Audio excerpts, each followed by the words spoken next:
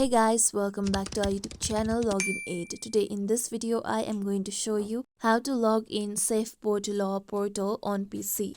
Safeport Law is a legitimate credit report service that helps you solve your credit reporting errors on your behalf. To log in Safeport Law portal, first open any web browser available on your PC.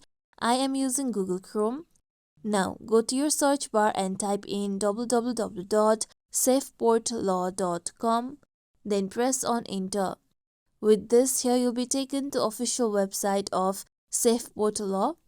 Now here you can see login option on the top right. Click on login option. Now here you need to log in to get your access to your Safeport Law portal. So first enter your email address that you have used to create your account on the given box. Then enter your correct password of your account. With this, if you don't remember your password, then click on Forgot Password option. After this, if you don't have your account, then click on Create Account Now option. After entering all the information and credentials, click on Login.